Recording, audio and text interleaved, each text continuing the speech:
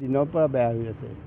ইয়াৰ আগতে এই ৰাস্তাটো মোটামুটি ৰতনপুৰলৈকে মানে অলপ ভাল কৰিলে, তাৰপিছত এইখিনি নকৰিলে।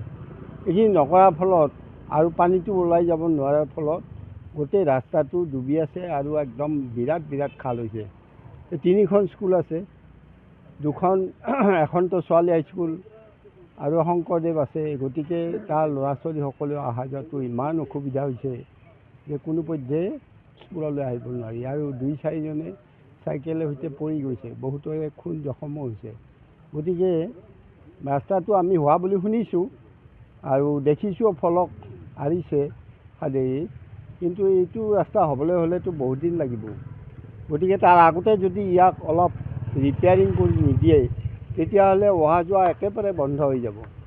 গতিকে মই বিভাগক ইয়াৰ দ্বাৰা অনুৰোধ জনাইছোঁ যাতে ৰাস্তাটো অলপ মেৰামতি মানুহৰ অহা যোৱাৰ উপযোগী কৰি দিয়ে। এইখিনি গাফিলতিৰ বাবে আচলতে এইটো গম নাপাওঁ আমি, আচলতে গাফিলতি কোনে কৰিছে এই কথাটো গম নাপাওঁ, কিন্তু ৰাস্তাটো হ'ব লাগে, সেইটোৱে কথা আৰু আমাৰ।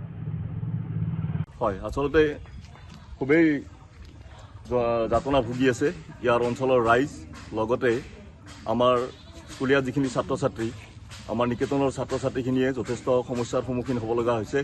আজি বহুকেইদিন ধৰি এই ৰাস্তাটোৰ এনেকুৱা অৱস্থা হৈ আছে, আপোনালোকে দেখা পাইছে, একেবাৰে জৰাজীৰ্ণ অৱস্থা।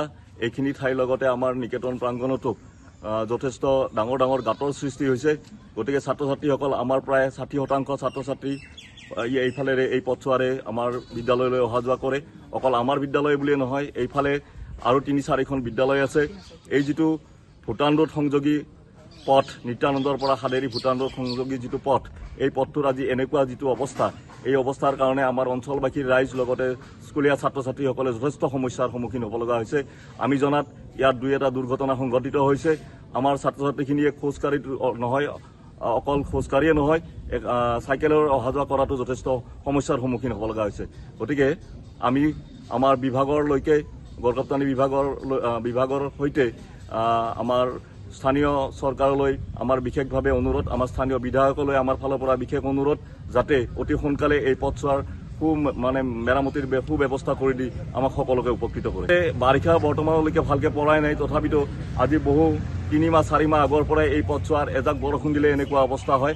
গতিকে যথেষ্ট সমস্যাৰ সন্মুখীন হ'ব লগা হৈছে। আমি যিকোনো খবৰৰ বাবে যোগাযোগ কৰক আমাৰ এই নম্বৰত 9181 307 221।